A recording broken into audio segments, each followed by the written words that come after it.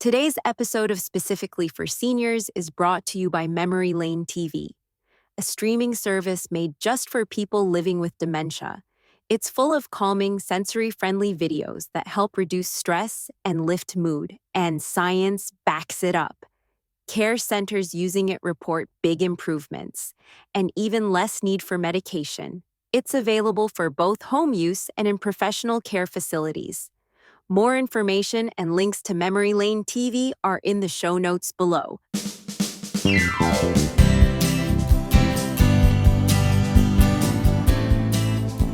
You are listening to Specifically for Seniors, a podcast designed for a vibrant and diverse senior community. I'm your host, Dr. Larry Barsh. Join me and a lineup of experts as we discuss a wide variety of topics that will empower, inform, entertain, and inspire as we celebrate the richness and wisdom of this incredible stage of life.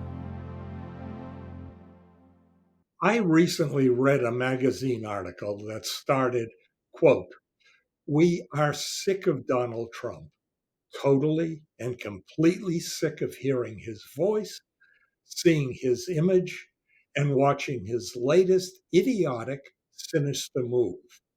We are sick of his hold on the GOP, his incessant need for attention, and his bullying, bigoted swagger." Now, I can't begin to tell you how much I agree with that paragraph.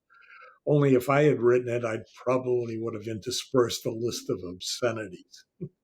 But after reading the rest of the article, I just had to have the author on the podcast to talk about it. Those are the opening lines of Sophia McClennen's blisteringly honest article in Salon, titled "Sick of Trump? Try Laughing at Him." We are so lucky today to have Sophia with us.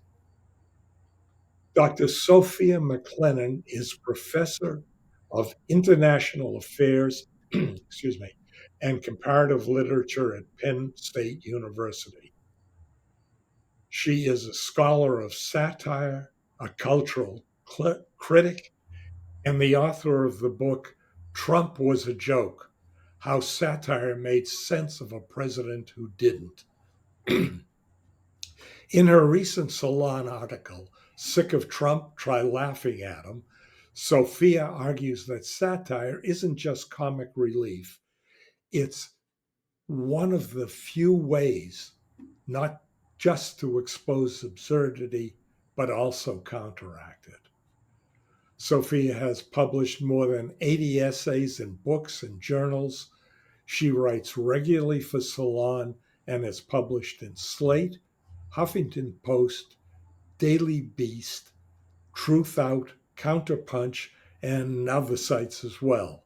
She's been interviewed by Neil deGrasse Tyson, CNN, BBC TV, Al Jazeera TV, Wall Street Journal TV, the Chicago Tribune, the Washington Post, the Philadelphia Inquirer, Politico, Variety, The Hill, NPR Miami, and CBC Canada. We're honored to have you on Specifically for Seniors today, Sophia. Thanks for having me on. I do want to talk about your article in Salon Magazine and your book, but I don't want to miss asking about Trump's reaction to Stephen Colbert's message and the South Park Sleeping with the Devil episode. How does Trump react to humor and satire that's aimed at him? Well, Trump has a pretty predictable reaction when he feels like he's being mocked. And so what happens is that he tends to overreact. He tends to insult the source of the humor. Sometimes it's the comedian, sometimes it's the comedian and the show, and then the outlet that, has the show on it. It's been that way with him since well before he was a political candidate. Let's start off, since we're going to be talking about satire. What exactly satire is and is not? Yeah, that's an excellent question because a lot of people do get it confused. And I like to say that it's good that it's hard to explain because it means that I have job security. So, satire is a very particular form of humor. And lots of humor is sort of in the realm of some version of insult humor, some version of, hey, these people over here, they do these things. And then you laugh, but you're really laughing at this group that the comedians describe. So that's one significant type of humor. Another type of humor is self-deprecating humor. So I make fun of myself, and that kind of humor is usually very non-confrontational because people like to see people make fun of themselves. Satire is unique because it can seem like mockery. So I'm making fun of Trump's hair, or I'm making fun of how he's not very articulate, sort of elements of his physical persona. But that's not actually satire. That's just mockery. That's just making fun of someone. Satire requires a certain level of art, and it typically has some element of irony. So, for example, most satire has an element of sarcasm. So the thing is that we might say, for example, uh, I come in, it's cold and rainy out. We're work colleagues, and I say, "Hey, great weather, right?" You knew that I didn't mean it. So that's just straight sarcasm. So I said one thing and I meant something else. And most satire has an element of that. So the reason why that's good is that satire allows you to do things like say, "Oh man, I'm so happy that Trump won. Now we can really look forward to this, and this." And you think to yourself, like, how could that be good? Sarcasm just sort of seems to make people seem bitter and angry. But what's happening there is that your mind has to hear the words I'm saying and know I mean something else. And that element of processing information and flipping it around to understand the meaning is part of what makes satire really special. And that's really one of the key elements of that type of humor that you don't see, for example, when I say, "Oh man, did you see this thing over here?" And I'm just, again, making fun of human habits. You mentioned the word irony. How does that differ from satire? Well, irony is a core element in satire, but you can be ironic and not be satirical, right? So also there's different types of irony. So I like to remind people situational irony is when the world doesn't turn out the way you expect. So it might be the least uh, yeah, articulate person, the least uh, prepared person winning a race for president of the United States. That's situational irony. You could sort of imagine that maybe if you think of it that way, you could kind of go, "Oh, that's kind of funny in a terrible way." So that's situational irony. Most satire is what's called rhetorical irony. I like to use the phrase creative because it means I'm using words or I'm drawing cartoons in a way that sort of suggests something if you read it in a literal way, but really means something else. You have to read it figuratively. You have to do that work to process it. And that's what makes, creative irony very special. Satire in politics is not a new thing. From Ben Franklin to Mort Saul, Lenny Bruce, Jon Stewart, and they seem to be able to challenge the power structures and shape public discourse. How's that accomplished? Well, so the one thing that your audience will be interested in thinking about is the fact that satire has existed in every culture and across every historical period. It is a common part of the human condition. As my now 20-year-old, but when he was about 8, my son used to say, "Satire is the body's response to stupid." And the fact is that when the world's being presented to you in a certain way, and you, for example, you have a president who says, I'm doing great things. This country is great. I am great. We are great. But you think, doesn't feel great to me, right?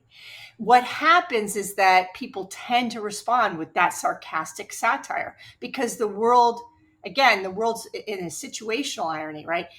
That things don't line up with the way they should. And so we tend to respond by making jokes, by cracking jokes about the situation, about the false narratives, about the misinformation, about the pompousness, about the arrogance, about the hypocrisy. You start keying into all of that, and the best way to do it is often with satire, because we could say, hey, I'm really bummed out, we have a terrible president. Fine. Okay, that's fine. You understand what I'm saying, but it doesn't engage you, it doesn't light you up, it doesn't make you sort of, again, have that clever laugh in your mind. But if I say, oh man, boy, are we lucky, you know, we're in for a fantastic, few years here, you have a different response to it. And so we see that the human beings have done this again and again. And the other thing that is critical in terms of understanding satire and politics is that satire tends to emerge in moments of crisis. So you get a huge upsurge of satire when things get difficult, because there's censorship, because there's fear, because there's pressure, because the people who are leading the nation are terrible megalomaniacs, that everything is worse, right? When things get really bad, satire thrives. If satire doesn't have any comment to make on the human condition, if it doesn't see that the world isn't the way it should be, then it tends to get quieter. So that sort of describes why satire and why Trump. Absolutely. But there's another element to Trump that's very different, right? So, for example, there's a lot of Putin satire right now. We do see satire emerge as a very natural response to autocrats, dictators, strong leaders who are anti-democratic, right? That's very common. It happens everywhere. The degree to which it has to be subtle will vary, for example, but it's going to exist. What makes Trump particularly different is that he's already absurd. He's already a joke, and he already doesn't really make sense. I mean, we get a little bit of this with Putin where he wants to like ride a horse with no shirt on and those kinds of things. That's where he's making it in a strange way, right? He's not playing straight, right? He's being a performance. He's already sort of being exaggerated. And so satire has had a very difficult time with these leaders who are becoming, again, like absurd themselves, because satire sort of likes to show absurdity. And when the figure themselves is sort of playing on it, it makes it much harder. So in the book that I wrote on Trump and satire, I said it tended to create a new sort of era for US satire, where the satirists were both, on the one hand, more crude, more direct, more vulgar, more angry. So arguably not even really being satirical, just saying, oh my God, this is terrible. But on the other hand, being far more creative and far more, again, ironic and really subtle and complex ways. So I sort of saw a pattern where things moved in the two opposing directions, towards more creativity and more vulgarity. So it's Trump himself that makes it such an easy target. Well, I mean, arguably not. That's the point. Is it's not easy. So Andy Borowitz, who has an ongoing, or I don't know if he still is doing that, but he had a long-term bit that he did on the New Yorker, where we do satirical pieces. And after Trump was elected the first time, Borowitz said, how does satire respond to something that's already so exaggerated and ridiculous? Because again, one of the core things a satirist does is use exaggeration. So if you've got a political leader who's already always exaggerating to the max, that sort of takes that away You don't have that. I like to think of it as the satirist has a classic toolkit, and in it is a hammer, and the hammer is your exaggeration. Well, Trump took it. Trump's got the hammer. So what are you going to use? I'm like, well, now you need the Allen wrench, because that's where the higher creativity comes in, because he sort of took out these classic pieces. So that's one thing. And it means that we've seen, and we have seen it, right, where the also the satirists, particularly people on late night, are becoming more and more of a thing that is sort of central for informing the public. The public is trusting the satirists more than they trust the politicians, and that's something that we've seen in the United States building up since the events of September 11th, 2001. But it's really hit a fever pitch, I think, with Trump. So satire is essentially going to keep us sane when Trump is making us crazy. Well, satire keeps us sane in a range of ways. First of all, it actually informs the public. It gives you information you need that you're not getting, in part because a lot of the mainstream media is also sort of wrapped up in scandal and hype. So the satirists are giving you information. But the big thing, and the other thing they're doing, is they're reframing Trump. They're making it easier to laugh at something that's really both terrifying and depressing, right? So laughter is going to help strengthen people. It's going to help them not get depressed. It's going to help them start to think about how to solve problems. These are all really critical things. But the one thing that I think makes satire, at the end of the day, the most powerful sort of weapon against abuses of power is the work it does to your mind. Because if you're living in a world where you're being lied to, where you're being misinformed, where your government administration is constantly BSing you, what happens to the mind when they have to process lies is you get sort of shut down eventually. Sort of the sort of game is, if I said to you, hey, the Atlantic Ocean is the biggest ocean in the world, you go, no, it's not. And if I kept saying it to you, I'm like, you might say, well, but she's a professor. Maybe she knows something I don't know, right? And if I repeat it enough times, eventually you start to question, like, is the Atlantic Ocean the biggest ocean in the world? So there's all this research on what happens to the mind when it's barraged with lies and misinformation. And satire becomes one of the few ways that the mind can take, again, when Stephen Colbert says, Trump, great president or greatest president, he's using these words in ways he doesn't mean literally, but you don't get cognitively exhausted. You get energized. You understood exactly what he meant. And so what it does is it's sort of like taking your brain to the gym, right? And so if you're living in a world that's like, would rather have your brain be a couch potato that sat around and ate Cheetos and drank, Coca-Cola all day, and satire's like, training you for a triathlon, right? Which one do you want to be doing with your time? But it's something about Trump. The more outrageous his comments get, the more people listen to him. Well, I don't know if that's true. It may feel like it's true. Maybe his group, maybe his followers, maybe his sycophants, but he makes these outrageous claims and people listen and start to believe they're true. Even more than that,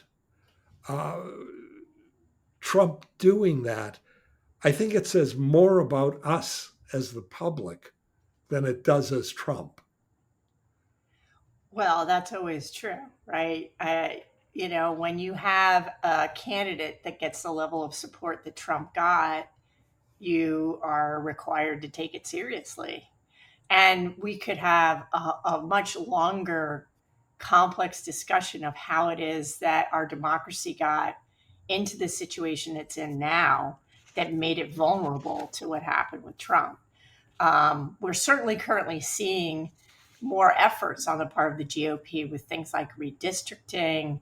We've got low voter turnout. We've got, there's all of these elements, right, that made it possible to get us to where we are in terms of the infrastructure of our electoral system. But then there's the other problem, which again is our information system. And that's the area that I work in more, which is where are people getting their information from?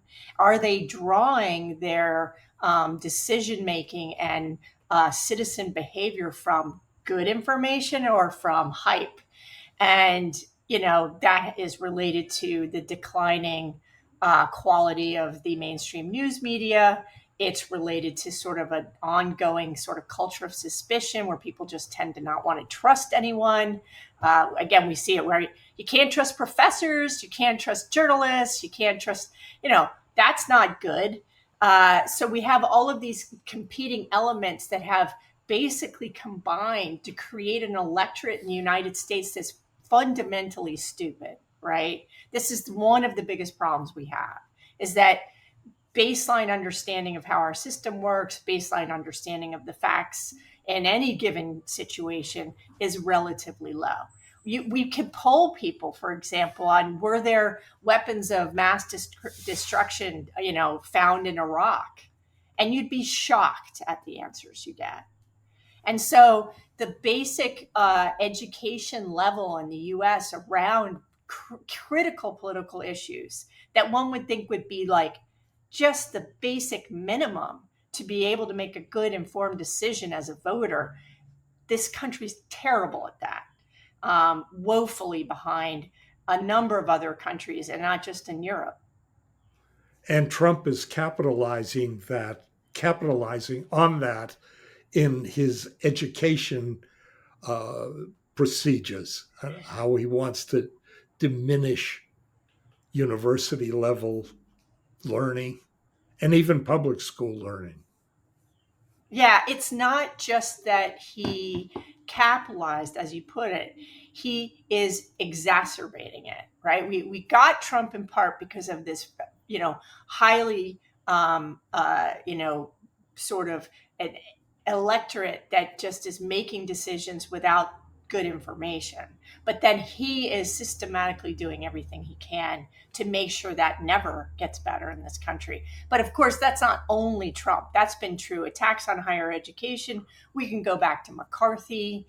Most people would really note that as a critical time, but people will also want to remember the ways in which Nixon and Agnew went after not just the press, but also, again, the expertise of universities. So this ongoing association between the Republican Party and this attack on sources of knowledge, this is not a new thing. It's just that Trump's sort of manifesting it in such an obvious way.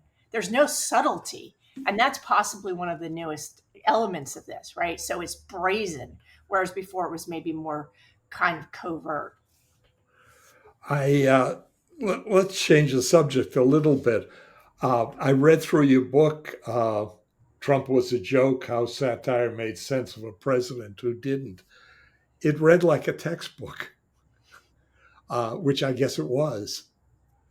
Um, it has tons of examples about comedians, cartoonists, Saturday Night Live, all making jokes about Trump. Was there uh, one time, one example where it was most effective, where some joke, some cartoon, some comment, some skit on Saturday Night Live was most effective, judging by the effect it had on Trump?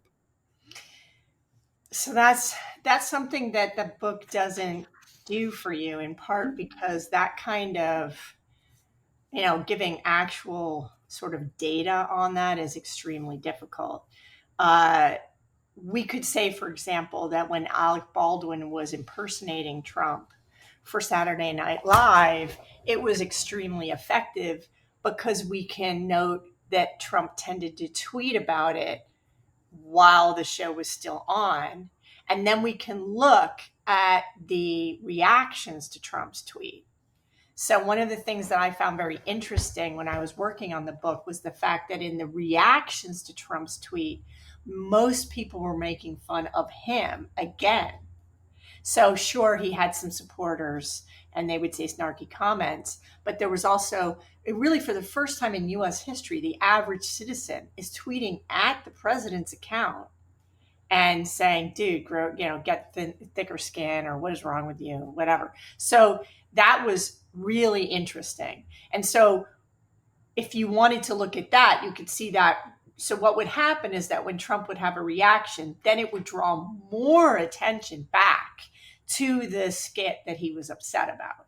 So, those were relatively noteworthy moments. But then there were other times when I think satirists who are, of course, speaking now to a more closed audience, speaking more to people who are, like-minded, did extremely powerful work.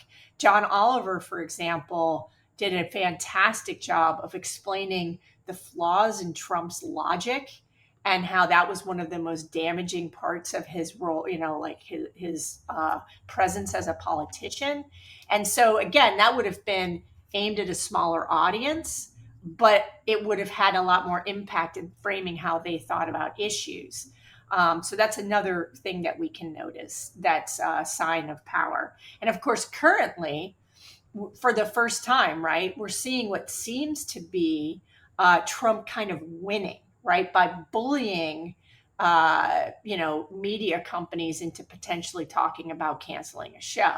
We don't have proof that Trump was behind the cancellation of Colbert, but certainly the events line up in such a way that you think probably some conversation was at least had here. And at the very minimum, right, Paramount and CBS thought that this wasn't going to hurt, right? I mean, maybe one day we'll find the smoking gun, but in the meantime, we're seeing for the first time ever that sort of the temper tantrums that Trump throws when he's been mocked, maybe having a level of impact that we hadn't seen before. During the first presidency, it's true that there was a well-known cartoonist at the Pittsburgh Gazette who lost his job, Rob Rogers. His work was fantastic. It just seemed to strike a nerve, and his parent company was very conservative, and so he got fired. There's some cases like that, but actually in the first Trump presidency, it seemed like the mainstream media enjoyed making money off of this dynamic. And now, as they're thinking more in terms of these big mergers and other ways in which they're sort of, it seems, potentially caving to pressure. And that, I think, is certainly disturbing. It doesn't mean satire is going away. It just means that Trump is getting a little bit of traction as he's bullying media outlets. Will any of the satire, like John Oliver, break through to the supporters of Trump? So I have an answer for you on that, but you probably won't like it, which is that the Trump supporter is not reachable. They're certainly not, they're not reachable with reason. They're not reachable with facts. And they're certainly not reachable with the type of satire that we're discussing, because they're going to feel defensive towards Trump when they see these things. Their first reaction, if anything, we have research on this, right?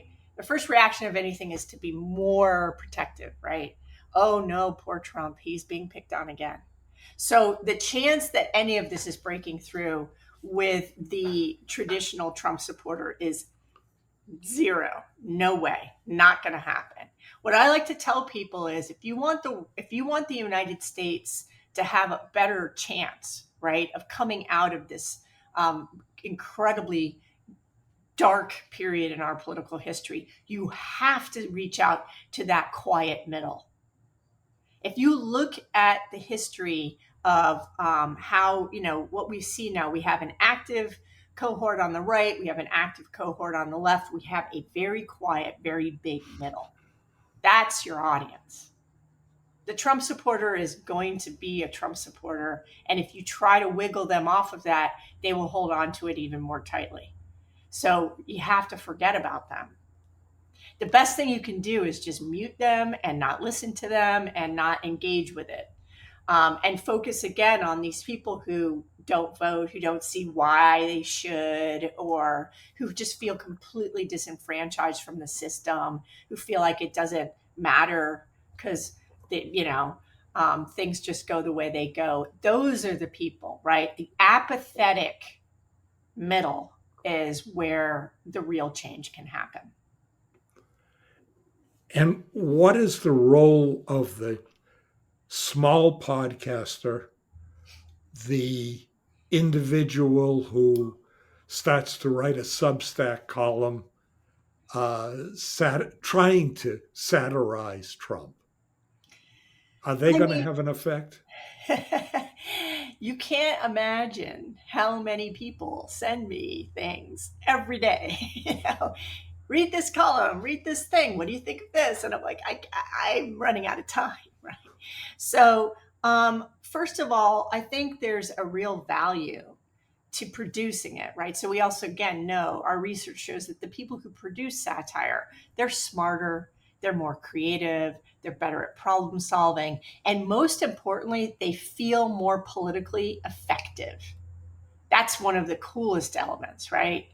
And so that's not a bad thing. The question is, what happens with the audience? Is there an audience?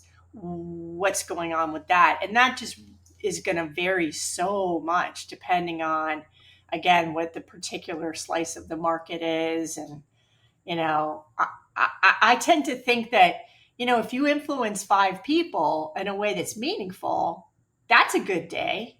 I mean, we live in this world where you have to have a million, one of the things that we're trying to navigate, all of us today, is what to do about this constant onslaught, of information, of options, of whether it's podcasts, whether it's Substack.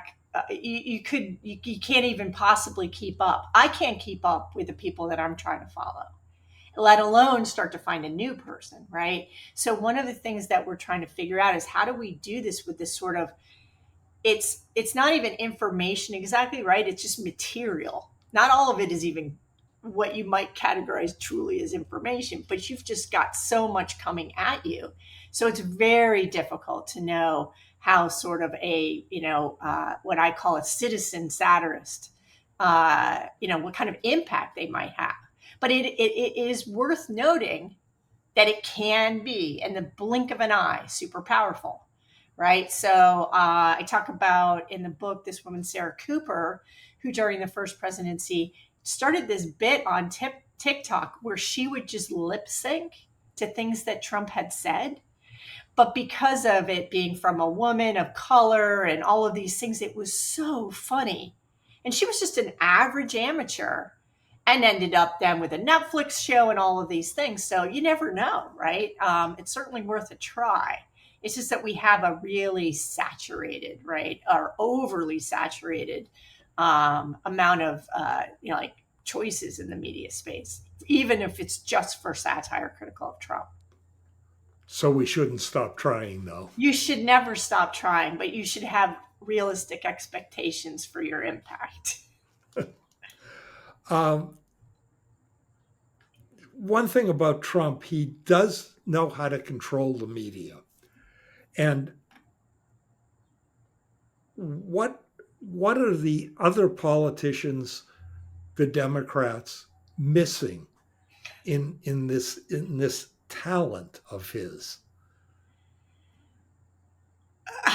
Again, that's a long conversation, but there's a number of things that's happening. And one of them is what I described, which is that Trump is both absurd and scary, right? He's so over the top. Seems so obviously like a joke, but he's getting things done, right? So the mainstream media has had a very difficult time navigating that persona, and so have the politicians. So if Trump says something like, we're just going to buy Greenland, like, how do you have a reasonable reaction to that? Like, you don't even know where to start, which is why the comedians can do a better job, because it is just so ridiculous. So that's one thing. But the problem is also that the Democrats, really since Obama, haven't really known what to do, right? They're reactive. And the party has become reactive. It's become over dominated by senior politicians. It's not opening space for younger voices. Again and again, this a billion things that Democrats are doing wrong. We need the Democrats to be making the news because they're doing something cool, right? So when Bernie Sanders and AOC went on the road together, that was great because they got huge audiences, they got lots of reactions, those kinds of things.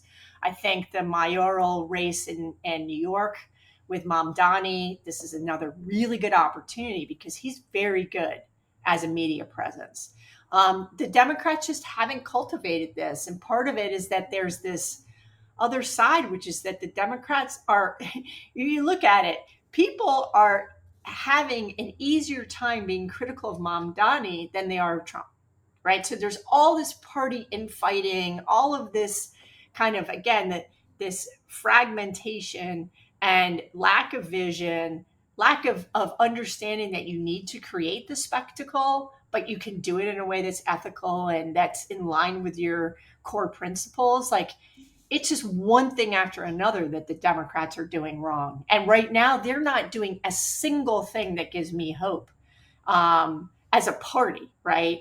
As we look to the future, we're setting ourselves up for another one of these cases where if the Democrats win, it's a vote against the Republicans. It's not for the Democrats because they have completely abandoned a sense of what's our narrative. Who are we? I mean, think about phrases like build back better. Like, I can't even, like, it was such a terrible, right? It's not exciting, and then I forget Harris's. Do you remember what it was? But it was also really bad. It was something like look forward, or I don't know. You can't get it on a cap.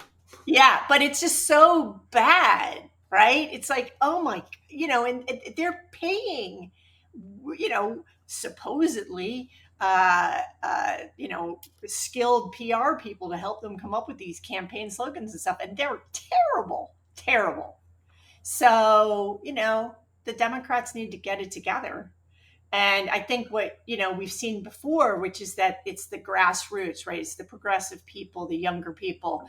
They're out there, they're doing their stuff, sometimes against, with the party itself making it very hard for them to advance their campaigns. So, I do think we're seeing that, for example, with Mamdani. So the Democrats are, in my view, doing just about everything they could wrong.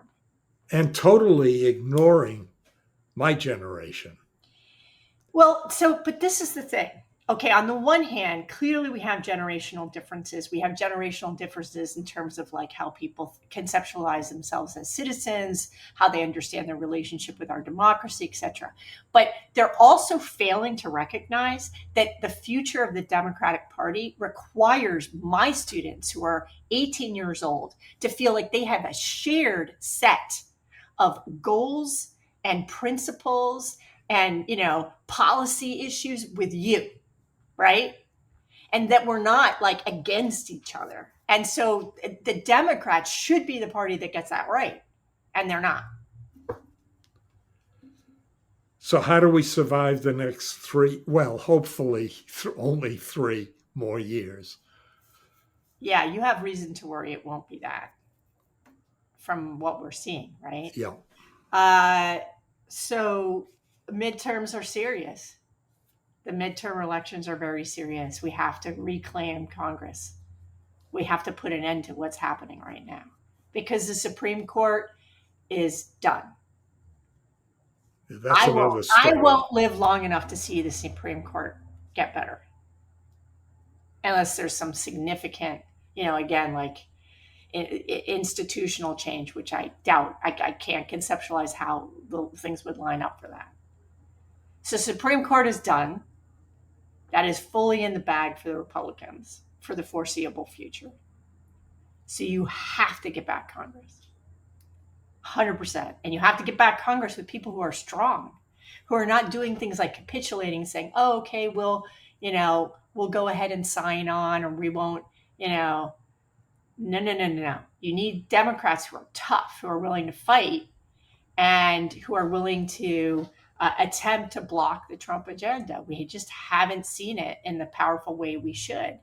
And that's largely because some of these senior leaders, they're just capitulators. It's not good for us. And it's not energizing the public, is the point. Every time they do that, right? Every time Chuck Schumer comes out and says, oh, hey, well, this is what we're going to do. Like, we lose voters every time that guy talks. That's for sure. And I worry, well, I certainly won't live to see the Supreme Court change. I worry about my grandkids. Yeah, and you should. I mean, so the point is that we have right now a series of things happening with the destruction of the Department of Education. I mean, like, just so many elements of the functioning of the US government are coming under attack. It's almost impossible to keep track of it. The EPA, the FDA, vaccines. If you have, regardless of what your particular concerns would be, right? We have set ourselves up to be less healthy, less safe, less educated, have less responsiveness to natural disasters. Like, every single thing you think government's supposed to do, they are undoing. And we're losing the rest of the world as well. Oh, I think we've lost the rest of the world. And we've done it in a way that's just emboldened, really, arguably, primarily China. But so because my background's international affairs, I travel a lot. I mean, and I'm telling you, the U.S. decision, for example, to shut down USAID and not to be involved in things like vaccine programs or even distributing condoms to communities that needed, family planning, it's opening these spaces for these other nations to step in. The U.S. is not going to recover that sort of. It had always been this complex place where, yes, it was a strong superpower, sometimes doing things that the public might disagree with, but they were involved in all of these on the ground programs that were helping people in their daily lives. And that built up a substantial amount of goodwill, in addition to keeping everyone safer, right? Like, we want people in Africa to be vaccinated. That's just good for everybody. And so, you can't even begin to discuss how bad this is. And now we're burning condoms and burning food. Yeah, Makes no sense. It's not just that it makes no sense. It goes back to your point. It makes the United States seem arrogant and stupid.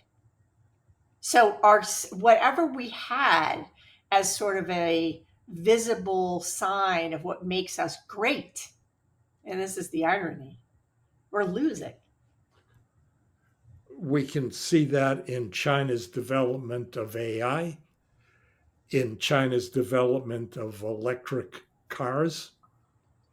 We're just losing the initiative we once had. Well, if your government isn't going to invest in, engineering labs and, the kinds of grants that faculty have that train the students that then work in all these sort of university corporate partnerships, absolutely. You move. That was the model we had, right? China doesn't have that model because everything is run by the government. So that was our model, right? And you broke it. So, my daughter is a chemical engineer, and she works on waste to energy. So taking plastics and turning it into oil. In the field she's in, it's just like, boom, nothing, right? Mm-hmm. All of the labs being shut down. And you think, okay, so you're going to not do this research, but guess who will be doing it? The Chinese will be doing it. The Russians will be doing it. And the US just won't even know how to solve problems anymore. I mean, that at the end of the day is what research is all about. And the only weapon we have is the midterms. Yes. I mean, okay, so it's two things. It's the midterms, and it's reminding your audience that it's the school board. It's your local mayor, right? It's your council people. It's reminding everyone that these local elections that people, in my generation, nobody even necessarily paid attention to them. It's reminding them that these things make a difference because these are the people that institute certain rules that help make sure that our voting process is free and fair, right? So don't forget to get involved on the ground, grassroots in your communities, at the same time that you mobilize to get people to turn out for the midterms.